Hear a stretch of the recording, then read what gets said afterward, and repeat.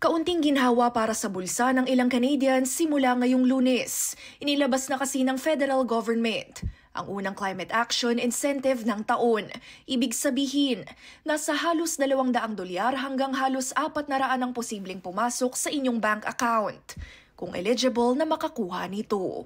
At the end of the day, ang idea niyan is to give a reward dun sa mga individual na kung saan hindi sila ganun kalakas kumonsumo ng fossil fuel, and to penalize doon naman sa mga individual na malakas sila kumonsumo. Depende ang halaga sa probinsyang tinitirahan sa Canada.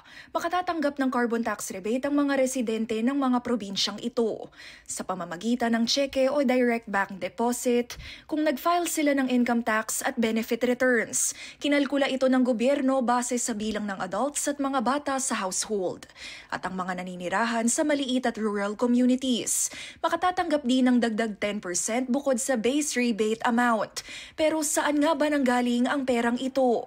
So halimbawa, pagka bibili ka ng gasolina, meron kang binabayarang carbon tax. Yung mga carbon tax na yan, it varies din from province to province at meron ding federal na carbon tax. Ang idea ng carbon tax is baguhin yung ating behavior para tayo ay maging less, mas mabawasan yung ating pag-rely sa mga fossil fuels. Yan. Sa pahayag ng Minister of Environment and Climate Change, bukod sa malaking bahagi ang Federal Pollution Pricing System sa plano ng Ottawa na labanan ng climate change, sinusuportahan din daw nito ang mga Canadians sa hamong dala ng affordability sa kanilang pamilya.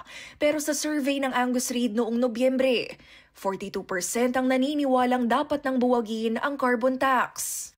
Kitang-kita mo yung divide sa issue na yan, Teresa. Kitang-kita ko talaga. Yung mga Canadian that they support carbon taxes, usually they are in big cities, di ba?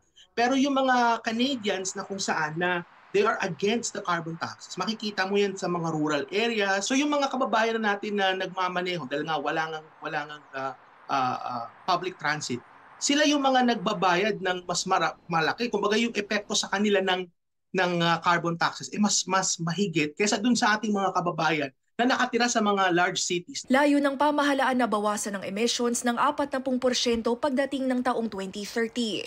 At anila, malaking bahagi ang pollution pricing sa kabuuang reductions sa carbon emissions. Lahat tayo, meron tayong responsibility sa ating environment. Kaya lang, ang kailangan din gawin ng ating government is maging kapartner natin sila, no, para maging mas epektibo yung ating pagbabago ng behavior.